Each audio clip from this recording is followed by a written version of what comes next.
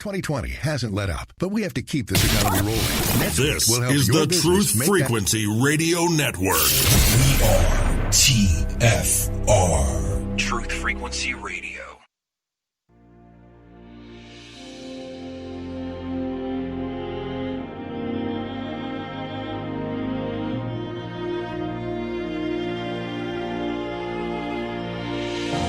Welcome to Spirit's Journey, coming to you live on Truth Frequency Radio and simulcast on Oneness Talk Radio.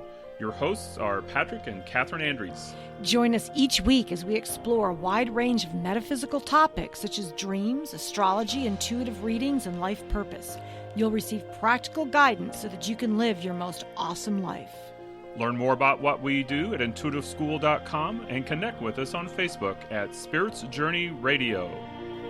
Welcome to Spirit's Journey. We are coming to you live on Truth Frequency Radio. You can also find us on Oneness Talk Radio, iHeartRadio, TuneIn, TalkStream Live, among many others. We are here in the Heartland holding the energy for spiritual truth and awareness. Your hosts today are Patrick and Kathryn Andries. We are excited to welcome today Kai Van Bodhi. He is a pioneer in the field of holistic medicine, integrating both ancient alchemy and modern neuroscience into a complete and accessible pathway to unlocking human potential. He has a master's degree in oriental medicine. He's an artful teacher of meditation, tai chi, qigong, and mind-body exercise. Kai has spent 15 years studying with masters in the Far East. He learned the language and became the insider in traditions often inaccessible to Western students. And today I hope he's going to share some of those secrets with us. Along the way, he's discovered a powerful synergy of blending ancient Daoist alchemy and modern biohacking neuroscience, realizing these ancient alchemists were the earliest biohackers. Kai works with achieving entrepreneurs, leaders, and visionary game changers to incorporate microdoses of these effective practices into their busy lives for more fulfillment. And we're going to get into a little bit, I was going to say about how Kai started his journey, but Kai, I'm going to let you tell us how you got involved in all these amazing alternative healing therapies. Okay, great. Thanks for the intro. I'm glad to be here. Grateful to be here with you guys. I got into these things like most of us get onto our hero's journey is through my own human suffering and the suffering of my family. At an early age, I had a mother who had a lot of health challenges in her life, and I watched her kind of deteriorate. And then later in life, my brother was diagnosed with a terminal illness, and I, as a son and a brother and a young man, I felt really powerless when Western medicine was kind of giving us an unfavorable prognosis, and it caused me, the love of my brother and my mother caused me to really seek out alternative answers at a young age. And so really that's where my beginning started, and it eventually led me to, after college, to move to China to study directly there with teachers and doctors. Wow. Yeah, that journey is amazing, Kai. And I know a lot of people like you, as well as myself, who are just basically, fed up with the Western medicine system and looking for alternatives. And so you have a really different angle that I want to explore. And if you could explain, what is Daoist alchemy? Well, there is no Eastern medicine without the Daoist tradition. And the Daoist tradition came from a shamanic tradition. And so Taoism sits right at the period in history where the shamanic medicine men and women of all cultures, but in this case the Chinese culture, were getting more verbal. They were beginning to write things down. They were beginning to record things. And as the shamanic healing practices became academic and became a literature, that's where Chinese medicine was born. And so the reason I use Daoist alchemy is because in a lot of the acupuncturists you go to today, as well-intending as they are, the schools are teaching in a lot of ways to eradicate the psychology, the shamanic practice, the understanding of mental, emotional root cause. And what you get is practitioners in the world who are more adept at healing your shoulder pain, your elbow pain, but they actually function a lot more like a Western practitioner. Like you go to them and they make it more convenient for you to do the same things that are causing your illness in the first place. Whereas in the Daoist alchemy perspective, we know or believe that the root cause is always in the mental, emotional body. And so that tradition is more close to the shamanic roots. That's really interesting, Kai, because I know I can relate to what you're saying. I've been to several acupuncturists, and they don't say anything about the mind body, and I'm always the patient there, when they're putting the needles in me for acupuncture, like, well, what is that point about, and what does that mean? Because they don't often tell you, and if you ask, sometimes they don't know, and sometimes they do. And I think you're right on that it's becoming similar to just take a pill or here, just do this acupuncture treatment rather than going deeper. And why do you think that is? Well, I mean, I first want to say that I have a tremendous respect for the acupuncturists in the world who are integrating with Western medicine. And I think that's part of the reason. I mean, acupuncture is around today in the United States because the communist government of China in the 70s and 80s, they took Chinese medicine and they translated their textbooks and they made it a rational one-to-one kind of thing. You have this disease, you use these acupuncture points and these herbs. So in one way, I'm grateful in the ways that Chinese medicine has adapted itself to fit into our modern rational world. That's why a lot of these practitioners have gotten really good at orthopedics and sports medicine. And in a lot of states, acupuncturists can take insurance and cover workman's comp or other kind of things. So it does alleviate a lot of suffering. I think it's harder to market yourself when you're really in the deep mental, emotional root cause, because most people aren't walking around realizing that their physical health problems are a message from their soul about the course of their life. They're not. That's not top of their mind for the average person, So I think it's a harder sell for acupuncturists to tune into the deeper level of where emotions come from. It's not convenient. It's not what patients are looking for until, as you guys probably know, they get to a place where they don't have any other option. Mm-hmm. So I'm curious about your time spending with the masters for 15 years in the Far East. That's pretty amazing. I think a lot of people would be interested in kind of some of the adventures that you had while you were doing that. Are there any interesting experiences that you could share? Oh my goodness, there's so many. There's so many. Yeah, I mean, let me figure out what adventure would be fun for us to talk about. Well, I can just remember, like, for example, I went to the part of China that was extremely rural. There was no McDonald's, no Walmart. As some of you may or may not know, China has become extremely westernized, extremely materialistic, very technologically advanced. But I went to places that were kind of isolated from that because I was looking for a more traditional experience. Well, let's see. One adventure I had that was powerful. See, my brother, who was diagnosed with ALS, Lou Gehrig's disease, where he had muscle wasting, at some point about 5 years into me being over there, Western medicine had finally given him that diagnosis and kind of given up on him.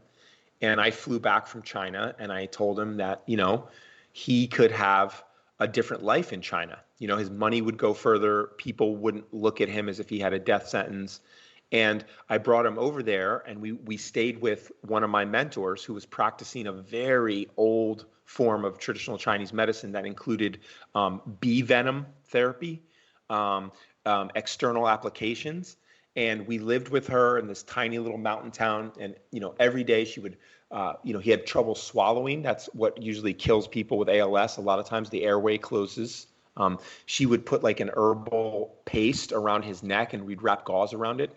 She had a little bowl of some secret formula that had bee venom, and she would go to the parts of his body where his muscles were wasting, and she would repeatedly like sting him, not with an actual bee, just with a needle, an acupuncture needle, dip it in the venom, put it in his hand. Now it had herbs in it as well. And I watched in the 45 days that we stayed there. I kept a journal. I took pictures. Every single symptom of his disease got better, and substantially better. I was checking in with him, how much, on a scale from 1 to 10, what's this? I was using my medical background to kind of make it as objective as possible. So I saw all of those things reverse themselves. And I think one of the most profound moments was my brother was standing in a room, and he's facing a wall, and he's doing a qigong exercise where you raise your hands up from your sides over your head, and then you exhale and you let your hands come down the front of your body. It's called full body cleansing, and it's this idea of tapping into the Schumann frequency of the earth and washing that energy over the body. And the doctor healer was standing behind him. He could not see the doctor. My brother had his back to the doctor. And as he did this exercise, after about 4 or 5 repetitions, his arms began to shake, because at that time his muscles were so weak that he couldn't even lift them over his head again. And when his arms started to shake, the master, the doctor, would come out of his closed-eyed meditation. He would open his eyes, and he would do the motion from about 6 feet away, as if he was supporting my brother. And my brother, eyes closed, facing away, would find the power again, and he'd begin to do the exercise for another 5 or 6 repetitions. The doctor would close his eyes again. Then my brother would reach like 7 repetitions, and he would start to shake. And you could see the effort and the sweat on my brother's face just to raise his hands. Doctor would open his eyes. He would stand up. He would do the movement again, making no sound. And again, my brother would be able to do 5 or 6 more repetitions. That was a moment in my life where I realized that there is this powerful non-physical effect. So those are just a couple of the little stories from China. That's fascinating, Kai. That makes me want to go over to live in some little remote village and get back to the basics. And I was curious, talking about the mind-body connection that we mentioned earlier, do you, or has it been your experience that we can look universally at diseases and causes? For example, cancers. A lot of the books say it has to do with self-hatred.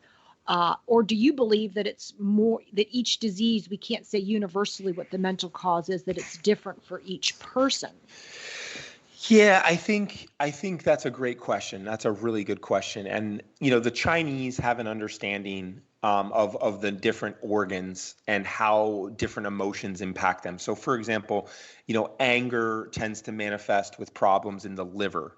Grief tends to manifest with problems in the lungs, and so on and so forth. Fear tends to manifest in the kidneys, anxiety and worry in the spleen and pancreas. So I would say the Chinese system of that understanding, when you're very nuanced in it, is about, it seems to me, it's about 70 or 80% accurate. Then you can take someone like Louise Hay.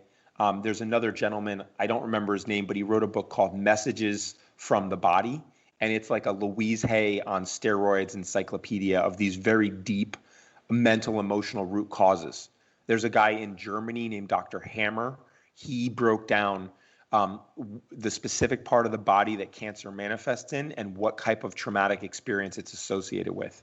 So what I would say is there is absolutely a use in studying frameworks of what types of traumatic experiences tend to manifest as which diseases, so you know where to look.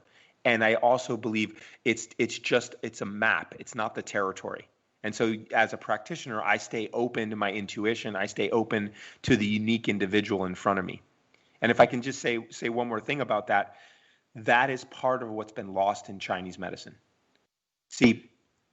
Go ahead.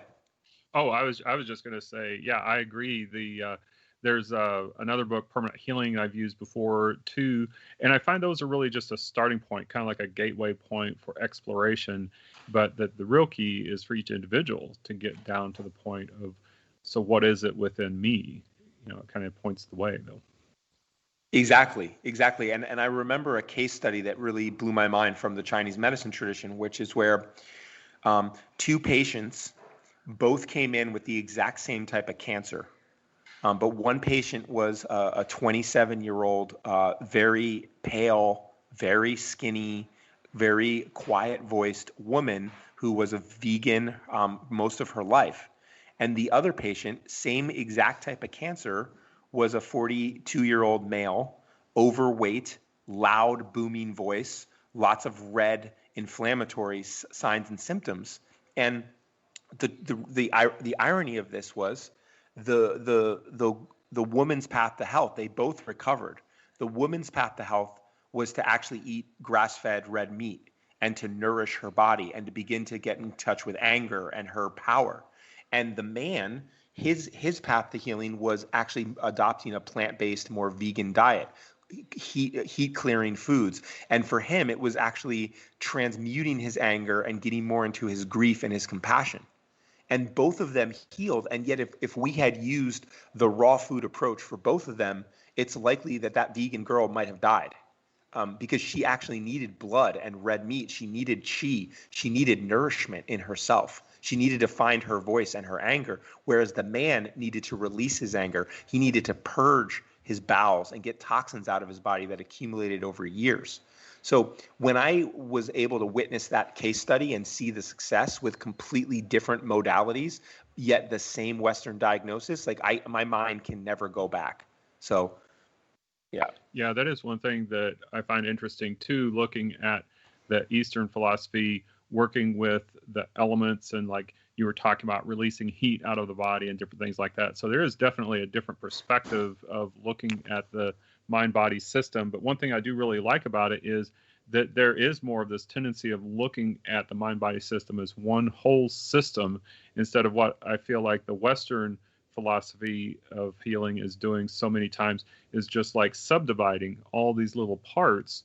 Like you can separate the circulatory system from the rest of the body, or if you put a specific drug for this in your body, that it's not going to throw something else out of balance. And so I feel like a lot of times the Western approach seems very myopic. You know, they're just looking at one symptom. They're trying to cure that symptom. And then, it's like it ends up throwing other things out of balance. They're not looking at the whole system a lot of times. Yeah, I mean, I fully agree with you. And I'd love to share like a very specific example. Like when when I first had my awakening, I was 21 years old. I was working in a school. I graduated from college. I was working with at-risk youth, and my co-teacher, we had a group of 5 or 6 students. She got cancer, and I was already starting to research alternative medicine. And I was a health advocate for her. I would visit her in the hospital. You know, I had to take the whole class over, and she was such a sweet, giving woman that I just was deeply moved and motivated to learn. And one of the things I learned by getting in touch with this Alternative Cancer Treatment Center of America is that it's extremely simply clear, evidence-based, that many people with cancer die from the chemotherapy rather than the cancer. Like, let's just say that that's a possibility. And here's what this center just did one thing differently. As you went through chemo, they monitored the health of your immune system through your white blood cell count, through other factors. When the immune system dropped below a certain level of health, they would stop the chemotherapy. They would do vitamin C IVs. They would have the people do really deep nutrition. And only when the immune system came back to a certain level of health would they continue the chemo. Now, their outcomes and the quality of life of their patients and the percentage of remissions was significantly higher than the standard practice. And yet when I brought that information into the hospital where my really good friend and co-teacher was, you know, it was met with a tremendous amount of distaste, of disrespect, of I don't want to hear it, of there's no evidence for that. And, you know, I was very young and very I was very evangelical for my holistic perspectives at that time. So, but it just frustrates me, and I'm deeply committed to bringing evidence-based medicine as the standard medicine. If it's a chemical, great. If it's a plant, great. If it's a mind-body therapy, great. The question is, what is there evidence for so people can make their own decisions? And Kai, when you were talking about the 2 case studies back in China and the woman who needed to eat the red meat and, you know, nourish herself, you mentioned hers was an issue of regaining her power. And I know that's a big issue, especially with females, is feeling powerless.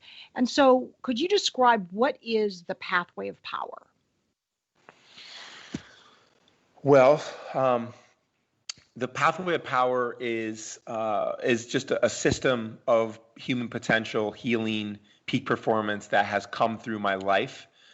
It's definitely not mine, but my synthesis of it, I feel like it's part of my life's work to do that. And what I'll say is that after my deep 15-year long exploration, where I was in China straight for 7 years, and then I would go back every year for 3 to 6 months to be with my mentors in a hospital, in a park, in a temple. What I realized as I came back and did my Western education in traditional Chinese medicine, where we have to learn anatomy, physiology, pathophysiology. We have to take all of these Western science classes. What I realized was there are these 6 gates. I call them the gates of power, and it's where a human being, like the woman who needed to find her power, like the man who was overweight and had been sitting in a pattern of anger for his whole life. It's where human beings either leak their life force and their life energy, or they gain it. And it doesn't matter if you don't believe it, they're still affecting you. And they're universal, meaning they show up in both the ancient wisdom traditions across multiple cultures, and they show up in all the modern research. And so when I found those 6 gates, I realized that I had found something super powerful, and I began to apply it in my own life. And to my amazement, it started to provide the most epic results. My income changed, my health changed, my relationships changed. And that's what I call the pathway of power. It's using these 6 gates of power to become conscious of them and to be able to engage with them day in and day out, each season of your life, to have the best possible life in your work, in your relationships, in your health. That's fascinating. Well, would you be willing to share just a couple of them, or if not, that's okay? Yeah, totally. I can give you all 6, and then we can see which ones you're most interested in. So let me give you just a quick overview. The first gate is the shadow gate, and that's we get to do our own personal growth work, to look at the traumas of our childhood, to look at our psychological blind spots. All the herbs, all the pills, all the pharmaceuticals will not heal you if you don't handle the negative emotions, the toxic relationship patterns, where we manifest the abuse over and over again, where we are constantly undervaluing our services. So the first gate is the shadow gate. Then there's the gate of breath work. There's no more powerful way to control our state or nourish our body than our breath. So there's the breath work gate. There's a gate of adaptogens, entheogens, and nootropics. Essentially, what we put into our mouth, whether it's an herb or a plant medicine or a food or a drink, has a massive impact on how our body and our consciousness shows up. There's meditation and mindfulness gate. Human attention span has shrunk to 8 seconds, less than a goldfish. Multitasking is pervasive. ADHD is ubiquitous. So we really deserve to be able to control where we put our focus. And then if we can't do that, we have no freedom.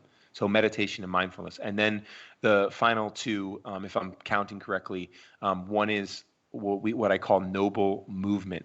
And it's how do we exercise and move and stretch so that we can pass our wisdom on when we're older. That's true nobility. Not having to be in a wheelchair or to be, can't control our pee and our poop. But like so much of the wisdom of our culture is lost because our elders are in dementia and they can't take care of themselves. They don't have strength to transmit their wisdom.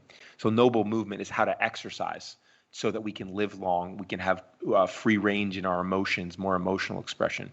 And then the pinnacle is heart intelligence and flow state. That is basically our ability as a human to consciously and authentically generate a positive emotional state no matter what's going on around us. Not a spiritual bypass affirmation, but a physiological change from negative emotion to positive emotion when and where we need it. So that's a quick overview of the pathway of power of the 6 gates. Fascinating. Wow. Yeah, all of them are so important. And do you offer a program? Now would be a great time before we come up to the break, Kai, to let people know how they can get in touch with you and any programs that you want to let people know about. I'm honestly, you can certainly find out about me at pathwayofpower.com, www.pathwayofpower.com. There is an application to work with me. I do take on a few one-on-one clients a year. It's a considerable investment, and I get to do really deep work with people who are out there making a difference to change the world.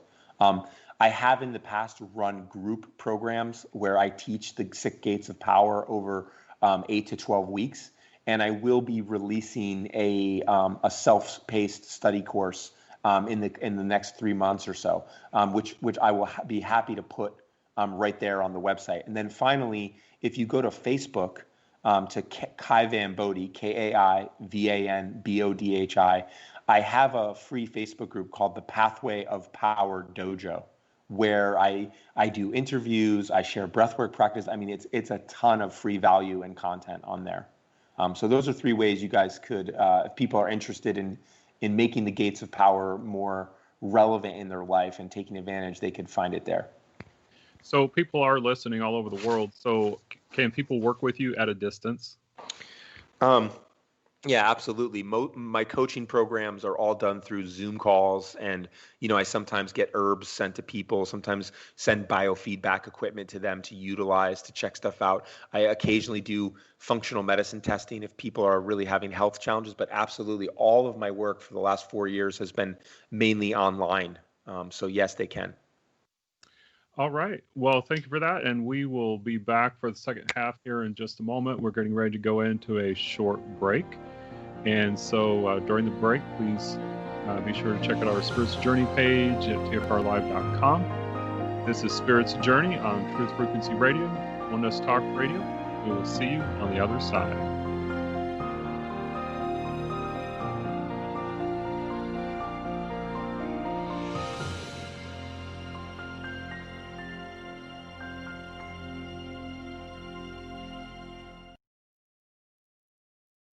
This is Truth Frequency Radio. No hate, no hype, no fear. Real people, real radio.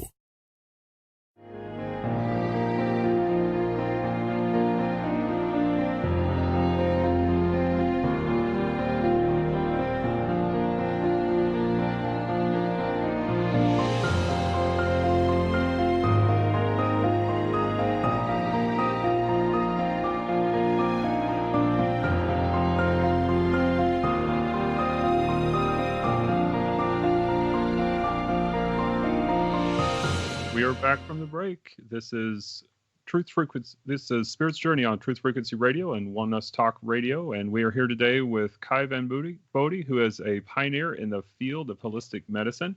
And so, Kai, as we get back from the break, I was wanting to talk to you about how the things that you've learned with the ancient traditions, how do they compare with modern science? Well, they're different lenses for the same thing. So one interesting discovery that I made when I got to China and started to learn the language was when you went to a Christian or Muslim or even Buddhist place of worship, it was called a si or a miao, which roughly translates to temple.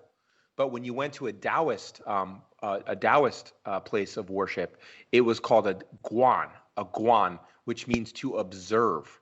So in essence, the Taoists were like the earliest earth scientists, and their temples were observatories.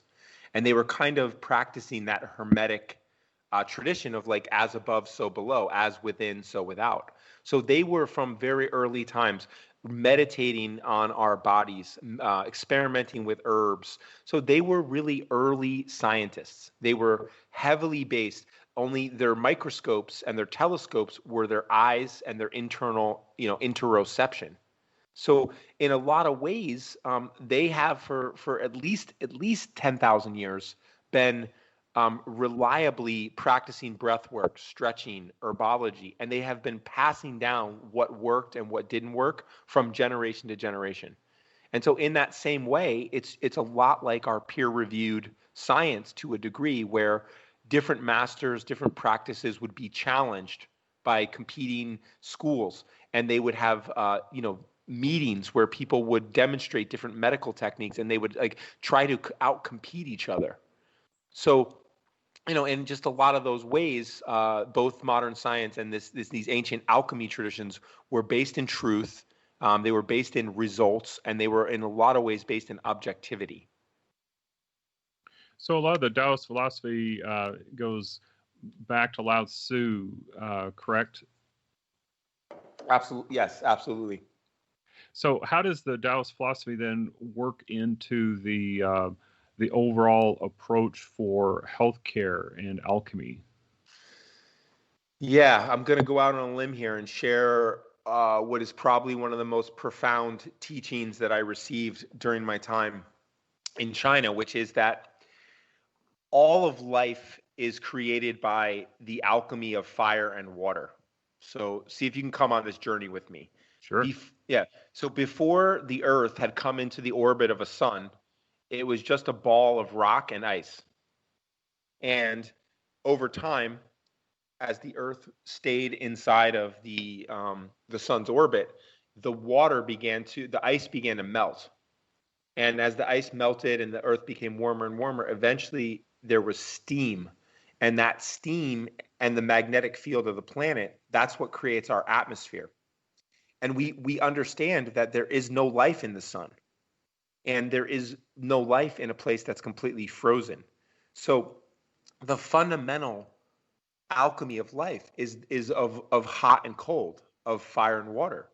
And so if we take that over to our bodies, the fire in our bodies is our consciousness, right? It's our mind. When the mind leaves the body's inert. It just deteriorates into the earth. There's no life left. And so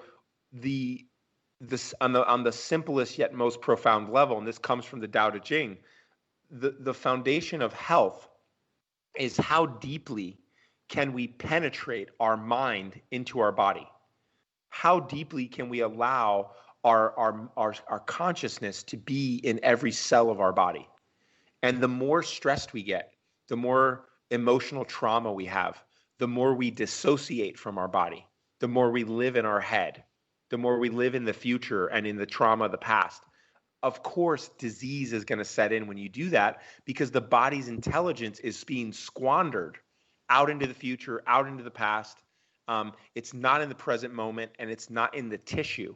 And so when that happens, it allows all kinds of nasty critters to take up home in our body, to take up residence, because we're not occupying ourselves. So I would just, I know that's a little simplistic, but it's probably the most profound insight, that if you're listening to this, and I'd be really curious of your perspectives, but the healthiest state is the person whose mind is deeply interpenetrated into their body. I think I would totally agree with that, Kai, because we've both practiced, fire therapy, which is just sitting by a fire, and like the ability that the fire has to transform after just sitting in front of a fire is huge. And the water, we're both fans of water. And I know, an hour swimming in a pool, and I'm like a different person. So I totally believe those elements are what, make up this whole being that we have. And I also do recognize so many people are not in their bodies. We're up in our heads. And I think one of the things that has attributed or contributed to that is technology. It sucks our mind into, whether it's, going through Facebook or on our phones. We're walking down the street looking at our phones. We're not even in our body, knowing what we're doing. And so, so like nobody's home and things are taking over the body. But I also think that because we're not in our body, we are not aware of our thoughts. And so I think a lot of people are getting sick and they're not knowing why. Well, because they have no idea what they're even thinking, because they're not even paying attention.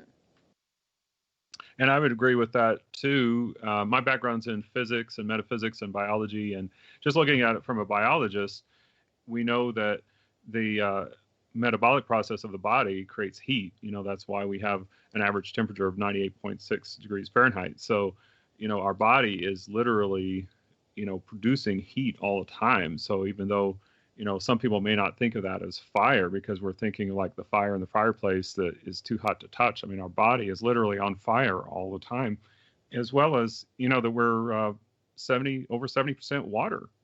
Every cell is filled with water and surrounded by water. And so we're really mostly water. And then, when we look at the other elements, the earth element, that's what gives us the stability to actually be able to stand upright instead of just being a big puddle of goo that kind of oozes around like a slug or something like that. It's like we have to have those earth elements to give us strength and stability, as well as we know that we have to breathe. And in fact, one thing I tell people is breathing is the most important thing you do every day. A lot of people, when we get stressed, we hold our breath, but we can go for maybe 30 days without eating. We can only go like 3 to 10 days without water, but we can only go for 10 minutes without breathing. So that gives us the 5 elements of the Chinese system, or the 4 elements of the more Western system. So even though my degree is in science, I definitely believe in the metaphysical aspect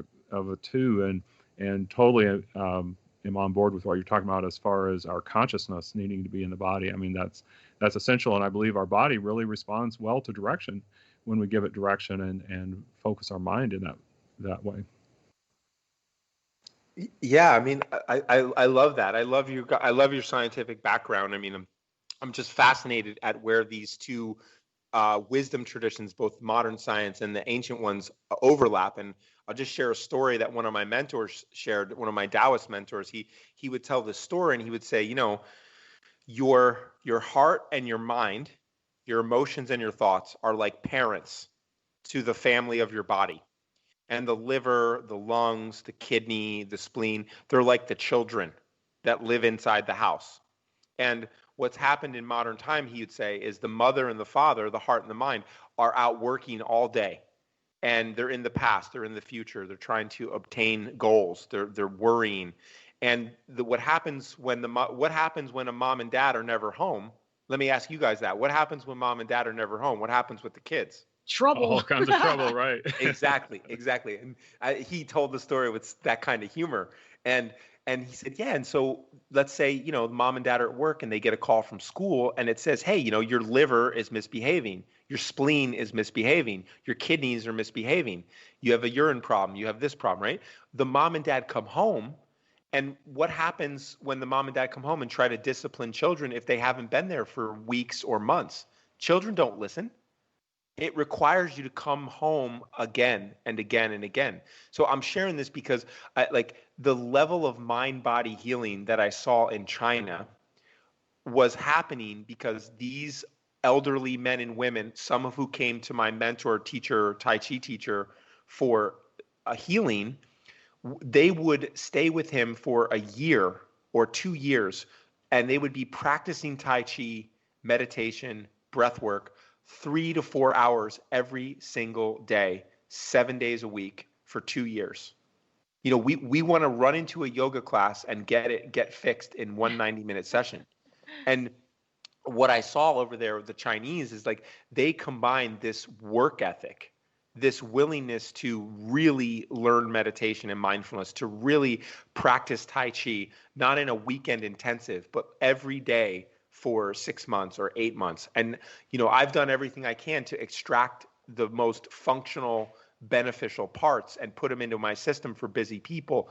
And there's a whole other level of what's possible when you're willing to commit that kind of time to your mind-body connection. And in the end, what all of his patients were doing is they were stilling their mind, they were healing the turbulent emotions, and they were spending those 3 to 4 hours bringing their mind peacefully back into the body. And it just there's not many places for disease to hide when you're fully inhabiting yourself. So that's very interesting.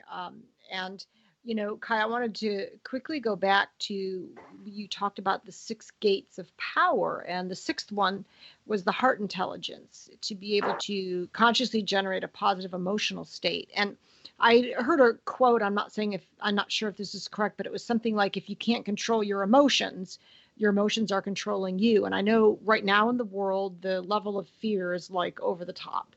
And so do you have a short little exercise or something that people could use to begin to control their emotional state? Well, that's a great question. And I really want to honor it with 2 answers. So as inconvenient as this may be, I truly believe that your emotions are your leverage for change. And so for most people, the first step is not in controlling their emotions. The first step is to fully face and feel the emotions that are underneath. And there's a lot of different work that I do in terms of seminars and coaching. And what I can say is that for most men, they are sitting on a huge reservoir of rage at the way the world is, at the way their childhood went, at all the unexpressed emotions. And then underneath that rage is grief. And the cool thing is, or the amazing thing is, that when you are skillful at facing and feeling those emotions, they take seconds to minutes to process. And then you can start to have authentic heart intelligence, authentic, I don't even think control is the right word, because it involves a kind of a denial. And in women, they're more societally rewarded to feel sadness. And so most women are sitting on a reservoir of grief underneath which is anger or rage. And until we have a safe place and a skillful method to face and feel, which only takes seconds to minutes, all of the mental stuff that we do on top of it, all the affirmations, will be very unlikely to take hold. So the first step is the facing and feeling of the emotions. And that can be as easy as yelling into a pillow, as having someone hold you to just let you cry and just let you be fully heard. And then when that work is done and can be done on a regular basis, and people don't have any more self-judgment about it, it's just like a child or the Dalai Lama, who was studied by some different neuroscientists, is that they allow their emotions to come and go very quickly. They don't hold on or repress or hold back. And that's part of the power of the child. And it's also the same way the Dalai Lama functions, as a more enlightened version of a child. So let me see if there's any questions you guys have around that, or how that lands for you. Yeah, I was incorrect in saying control the emotions. That was not the right word. But yes, yeah, we don't want to control them or repress them. And I think that's it. Is face. I think it's very interesting how the men and women thing is flip-flopped. Rage on the outside for men, grief underneath, and vice versa for women. And I'm wondering, since grief was one that you said is underneath both men and women, and you said that in the Chinese philosophy that lungs relate to grief, and we've got this coronavirus which is affecting the lungs, do you think it's bringing to the surface the result is just all this grief coming out? I don't have any question about that. It's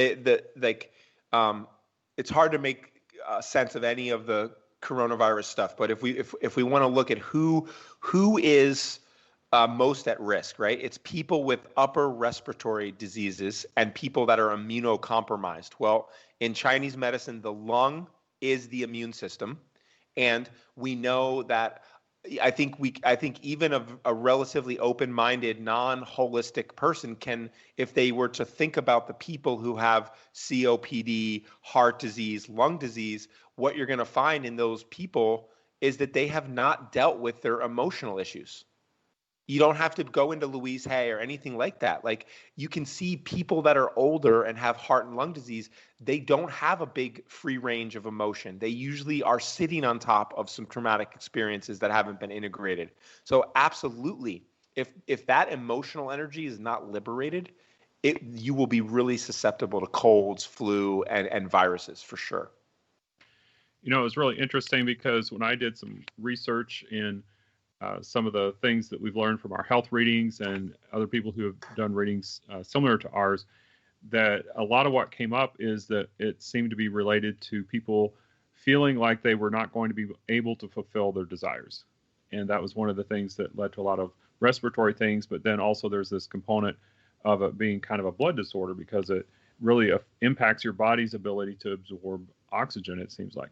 So a lot of that had to do with, people feeling like they couldn't fulfill their desires. And so that's one thing I always mention too, is to identify what it is that you're really wanting to create in your life, and then compare that to the things that you are doing right now, and then, find ways to be able to take steps toward doing those things you really want to do. I think a lot of people may be in positions right now where they're in a job they don't really want to be in, and they feel like they're stuck, and maybe there's somewhere else that they want to go. And so it's really people kind of getting to that wake up call of, okay, what is it that I really want to be doing with my life? Because it's one thing that it's interesting that this is something that, no matter what your perspective is on it, it is something that's affecting almost the entire planet. Everybody on the planet is going through this similar kind of an experience right now.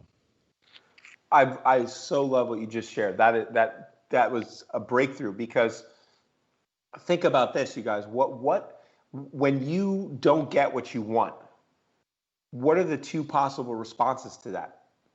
Grief and rage. Exactly, right? You either, and if you don't, if you get like if you're so surrendered, that's almost too positive a word. If you've kind of given up hope for having the life you want, and you're just doing things you don't really want to do, then you are building up either grief or rage underneath, and that will wreak havoc in the body. So I really, that's super powerful. And then the other piece that it brought together for me, and I really appreciate your share, is then we can see, without getting into some deep metaphysical theory, that's the wake-up call. It's like, either do what you want with your life or you're going to be sick. And one of the ways my mentor says it is, if you're not living your soul's purpose, life is supposed to be painful. Oh, interesting. Yeah, and we've really found that to be true also, that all of us have something in mind that we wanted to do with our life. And it seems like whenever you're on your path, things are going well, things seem to click into place, your health is good. But then when you start getting off your track of whatever it is that you really intended to be doing with your life, yeah, exactly. That's when all kinds of disease and discomfort and all kinds of pain start showing up in our lives. And I really love the fact that you work with people. You have such a long commitment with people that you can work with them for a year, because doesn't it seem like the kind of ailment in our psychology, especially in this country, but I know this is happening all over the world, that everybody wants an instant fix. They want that pill they can just take where they don't have to think about anything. It just takes care of it instantly. And, I found in our work metaphysically, it takes effort, time and effort. And a lot of people even, I've talked to people who practice Kung Fu, and that is one way they interpret the term Kung Fu, time and effort, and that seems to be at the heart of the Eastern philosophy. And I believe we have a lot to learn from that when you are making these changes, they're lifestyle changes. That it isn't something that you can just do overnight, and things that happen overnight usually don't stick, and there's usually side effects associated with it. So it's like, if you really want to make a positive change and one that's really going to make a meaningful difference in our lives, it always takes effort, like you were talking about with the focus. It's like learning how to control our attention. I love that. And I have multiple perspectives that I hold on that, because awesome. Because you're absolutely right. Because if you just take the magic pill, potion, whatever it is, or herb, then what you're really saying is, I don't want to change the way I'm living, which is what you're really saying is, I don't want to listen to the message of spirit or soul that's asking me to live my life at a higher level. So I agree with you on that. But the other thing, though, is that what I found is that there are practices that only take 5 minutes. They may take 20 or 30 minutes to learn. They may take a year to master, but they literally take 30 minutes to learn, and then you practice them for 5 minutes, and you get such a big change in your mood, in your energy, in your clarity, in your focus, that it's very easy to want to do them again. And that's why, when you guys read my bio, I'm really big into what I call microdosing, where you might not be able to make it to a 90-minute yoga class. You maybe can't go to China for Tai Chi. With COVID, you can't go anywhere. But there is breath work. There are types of exercises. There's types of meditations. There's types of journaling practices that only take 5 to 15 minutes a couple times a day that yield massive, massive state shifts. And so I'm in agreement. There's a long game, and like if we can elongate the changes over time, they're more sustainable. I fully agree. And so many of these mind-body practices are entrenched in containers that take too long to be accessible to some people. And I think that's what my clients who are entrepreneurs, who are environmentalists, who are running companies, they have helped me break it into the smallest components that have, the minimum effective dosage for the maximum return on investment. That's a language that my corporate CEOs can understand, and then they experience that. So yeah, I really love that share, and at the same time, I'm doing good work to help people that don't have time still get access to these things. Now, as we're coming up on the end here, I can't believe that we're almost out of time here because this discussion's been amazing. But I just wanted to touch real quick on, so what is the importance of entheogenic methods in all of this modern uncertainty? Yeah, so great question. So let's define entheogen. First of all, en is within. Theo is God, and gen means to generate. Now, there's a couple possible etymologies of that one, but that's the one I like. So an entheogenic practice is creating an experience of the divine from within ourselves. And so let's just keep it in general terms.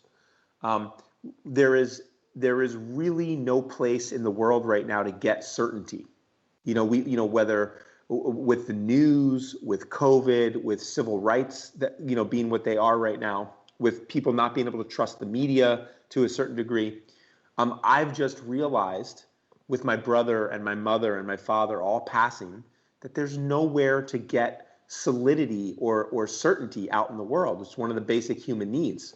And the practices that allow you to find truth, faith, connection to a higher power, connection to the quantum field, practices that allow you to build a sanctuary within yourself have never been more essential.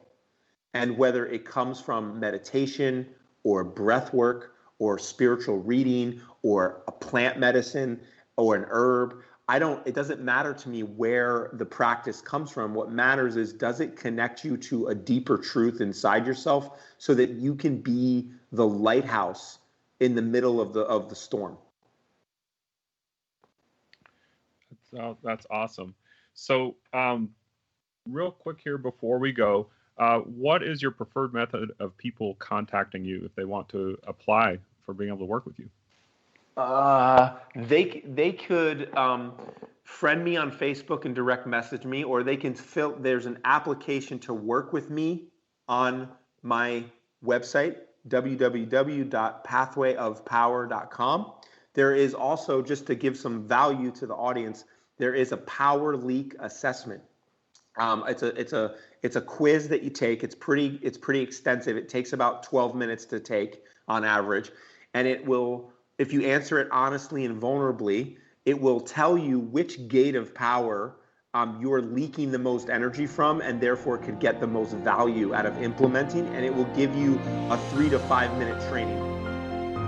All right. Well, that is the show for today. We love having you all with us. Thank you for joining us with this discussion. This has been Spirit's Journey on Truth Frequency Radio and Oneness Talk Radio. I'm Patrick. I'm Kathryn. Have a fabulous week. We will catch you all next Saturday. See you all on the other side.